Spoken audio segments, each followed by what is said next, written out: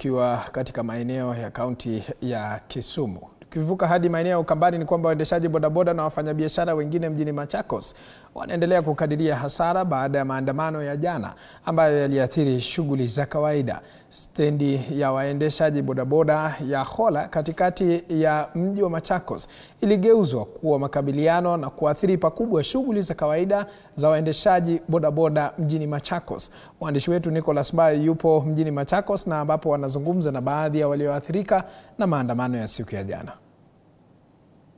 Sana mwenzangu na kupata vizuri. Hapa ni katikati ya mji wa Machakos katika kituo cha waendesha bodaboda ambapo jana ndio ilikuwa katikati ya makabiliano. Mahali niliposimama ni kwamba rangi hapa ni nyeusi kama mpiga picha wangu ataweza kuonyesha. Katikati ya barabara hapa ndipo maafisa wa polisi walikuwa wanakabiliana na waandamanaji. Kama unavyoona katika picha hiyo ni kwamba huu ni moshi kutokana na wananchi ambao walikuwa wanachoma moshi hapa na moto hapa na kuwasha moto, na hivyo ndivyo hali ilivyokuwa hapa hivyo jana. Na katikati hapa huwa ni waendesha bodaboda ambao huwa wanabeba abiria kutoka katika eneo hili. Ningependa kuzungumza na wao wanielezee vipi waliweza kuathirika kivipi kutokana na maandamano ya jana ambao katika kaunti ya Machakos watu wawili waliweza kupoteza maisha yao katika eneo la Matu. Lakini hapa Machakos mjini niko na baadhi ambao huendesha bodaboda hapa. Kaka, karibu. Naitwa nani kwanza? Mimi naitwa Vincent Motuko kutoka Machakos. Naomba uangalie kamera na unifahamishe wewe ubeba watu hapa katika stand hii ya bodaboda.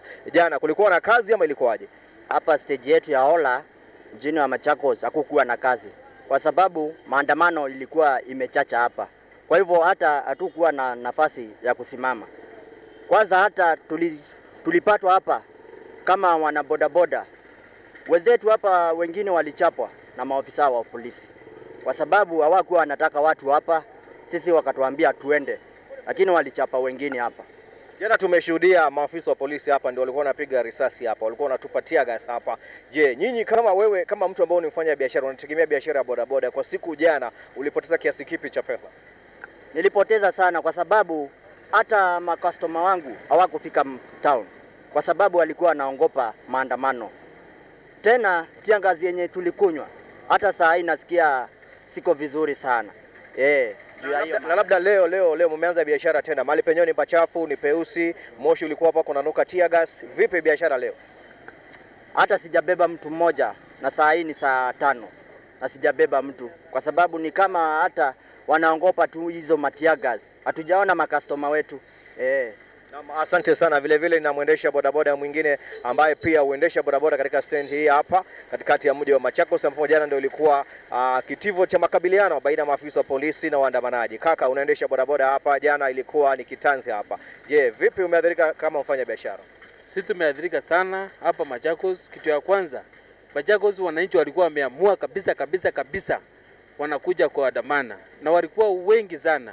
Sasa hapa tulikuwa ngome ya tear gas na kila kitu. Hapa ndio ilikuwa watu wanarudia hapa. Na jana hakuna mtu alibeba mtu hata moja. Tulienda mfuko tupu.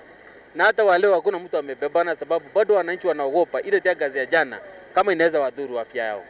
Na labda pengine utaambiaje serikali? Maana kumekuwa na msururu wa maandamano. Jana tulitarajia pengine maandamano yatakuwa ya amani, lakini tumeshuhudia zaidi ya watu 9 wakipoteza maisha yao. Wewe kama mwananchi una wito upi kwa polisi na vile vile serikali kwa jumla? Mimi wito wangu naingeomba tu serikali wasikize wananchi. Na kusikiza mwananchi ni ile tu wanasema tu rais tu ajiuzuru. Ndio sasa nchi ikuwe mzuri. Hiyo tu ndio inaweza omba serikali. Ndio sasa tuanze upya. Tukianza upya akikuja na serikali nyingine mpya, wananchi wasikie ni mzuri, watamchagua tu sababu wananchi ndio wako na kila kitu. Naam, asante sana na pole kwa kuathirika kama mfanya biashara katika eneo hili. Basi kama ulivyotazama na kama ulivyosikia ni wananchi ambao kwa kila siku wao wanategemea maisha ya hapa. Kila siku wanabeba abiria kutoka hapa kuelekea katika maeneo mbalimbali ya mji wa Machakos. Lakini jana imekuwa ni taabu. Mfikia sasa hivi bado watu wanaogopa, hawajaweza kuanza kufika hapa ili kuweza kubebwa na pengine kuelekea maeneo mbalimbali. Lakini hapa ndipo ilipo katikati ya malumbano baina ya maafisa wa polisi na waandamanaji hiyo jana kufikia majira ya saa 1 jioni. Mimi ni Nicholas Mbai nikurejesha kwenye studio kwa matangazo zaidi kutoka hapa katika kaunti ya Machakos.